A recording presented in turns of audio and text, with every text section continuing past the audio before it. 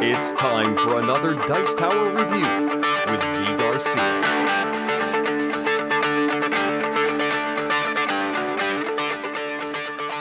Hey folks, today we are taking a look at an interesting little racing game that comes out of Singapore called Dash. And Dash here, which is subtitled A Whimsical Race Through Singapore, is of course a race game in which you are trying to get to the finish line first and win. But the way you move on the track is by playing sort of a ladder climbing game, by playing sets of cards, beating the other players at that ladder climbing aspect, and then jumping along the racetrack and coming out ahead. Let me give you a quick overview of how the game operates, and then we'll come back and I'll tell you what I think of it.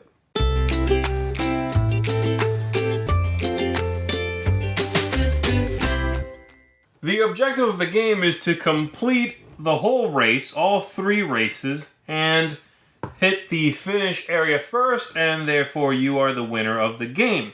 The board looks very busy, but the only thing that is essential to the game is the score track here, at which point if you get to there, you end the first race.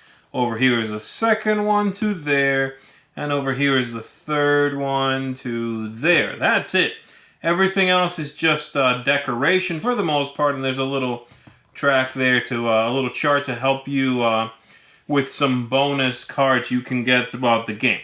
So the game is a race game, but the way you play that race is a sort of ladder climbing game which allows you to move.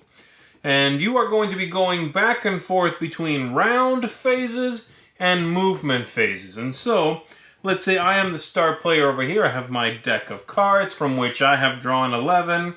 I have some power cards, and I have my little pawn here on the board. And I'm going to start. On my turn, I can do one of 3 things. I could just pass, but I could draw cards. My hand size is 11 though, so it's not going to work right now. Or I can play a set. The sets you play are either a single card. I can play just one card, a 14 in this case, a blue 14. I could play a pair of cards. Let's see if I've got one here. There we go. I could play 2 3s. That's my pair. Or I could play triplets. And if I play 3 cards, there's 3 different kinds of 3 cards, okay? The best one is 3 of the same number, so I can play 3 3s, for example, followed by a run, an 8, a 9, and a 10, followed by 3 cards of the same color. That's the weakest of the triplets. And so if I play one kind of triplet, the next player can play a different kind of triplet, as long as it's stronger than what I've played, okay? So let's say it's my turn again, and I am going to play 2 3s. That's what I'm playing. And then it comes over to this player, and they're going to play 2 10s. And then it comes over to the next player, and they're going to take a look at their hand. They're going to play 2 12s. Comes back to me. Now, if I'm able to play again, let's say if I had 2 14s, let's say, then I could also play one of these power cards, which I started the game with, and they have various effects, okay? But otherwise, I'm passing now because I cannot beat 2 12s. And it comes over to this player over here, and this player is not going to beat 2 12s either, so that's it. And this round is over, and we move to the movement phase. For the movement phase, we are going to reference each player's play sheet here, and everybody would have one of these in front of them. This is 3 players right there. The set type that was played was 2 cards, and so whoever played the strongest is going to get 5, followed by 3, followed by 2. And so this player over here, the red player, is going to move 5 steps, all the way up to 5, followed by the yellow player here to 3, and then I get 2 points, and we clean this up, and we go back to the action phase, and then eventually back to the movement phase, and so on, back and forth. The red player was ranked first, so they are going to start. And so, let me show you something else here. Let's say it is later in the game. This player is down to just a few cards. Let's say they've already gone through some discards. And so, let's say the red player sitting over here is starting the round. They're going to draw instead of play. And they're going to draw 3 cards from the top of their deck, okay? And so they would go 1, 2, 3, and that's it. However, since they drew, they are out of this round.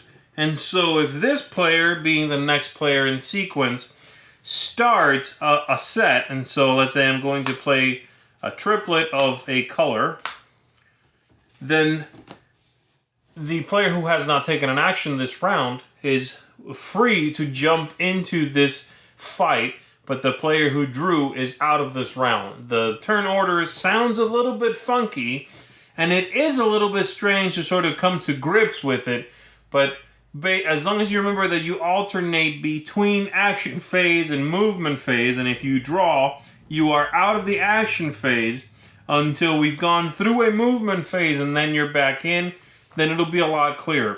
So I played a triplet of those. This player could play a triplet of 12s, comes back to me. If I could again play another triplet better than that, I could throw a power card in there. And then we move. Again, based on a triplet, and this time based on a triplet, the movement points are higher. So first place gets to move 8, and second place would get to move 6, and then 4. Okay? You continue doing this, sometimes drawing, sometimes playing. You are going to pass a spot, or several spots, I should say, on the board that give you gold cards. And so these gold cards that come from over here from a deck set aside have their own special actions on it. Like, for example, this one is a hand size upgrade. It says from now on you can hold 13 cards instead of 11. Great.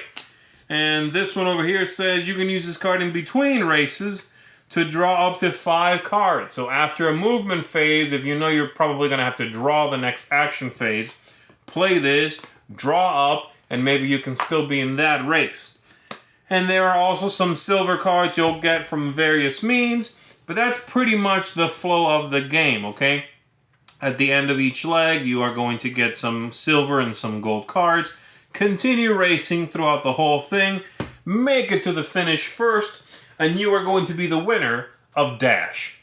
Dash here is certainly not a lavish production. By that I mean the component quality of the game it certainly leaves a lot to be desired. You know, the card quality is just okay, but a lot of them, most decks came with at least a few of the cards sort of stuck together, so when they're peeled apart, it took some of the paint across just the edge on the bottom there.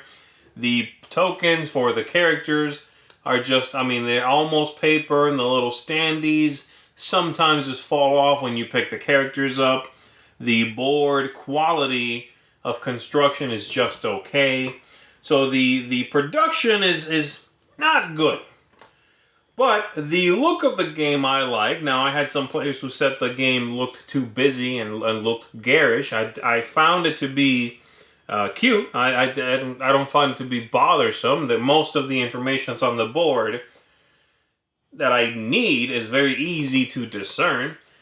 And above all else, I found the game to be very charming. This is a game that subtitle, Whimsical, certainly fits it to a T. I find the game to be very charming, very whimsical. It's an attractive game.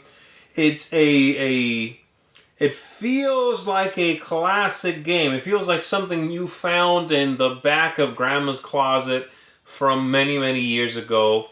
And you sort of dust it off and bring it out, and you have a charming time playing it. The game is very simple.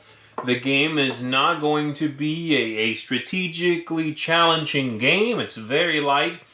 But I like the concept of combining a ladder climbing game with a racing game. It works well. The game is not clunky, except for maybe that turn structure, which is a little bit tricky to wrap your head around. But the gameplay is good. I like the special actions that you can earn. I like the ones you start with in the game. The whole thing works, and it works well. I'm a big fan of the two things that attempts to combine, so perhaps that's making me rate the game a little bit higher. You know, I like ladder climbing games, and I like racing games. So those two things combined makes for a good mix for me. And the whole thing is just very cute, and it's a simple game that takes that simplicity and earns it, and really inhabits it. And I think that goes a long way. I find it to be, again, very, very charming. So that's Dash, a whimsical race through Singapore. If you are someone who enjoys this sort of game, if you think you would like this little bit of a love letter to Singapore in your collection, then I would certainly recommend you go and check it out. That is Dash. Thanks so much for watching the Dice Tower videos. Find more great videos and reviews, as well as our top-rated audio podcast at Dicetower.com. You can also find other great shows at Dicetowernetwork.com. I'm Eric Summerer, and you've been watching The Dice Tower. The Dice Tower is sponsored by Cool Stuff Inc., where you can find great games for great prices. Cool stuff in stock. Check them out at CoolStuffInc.com.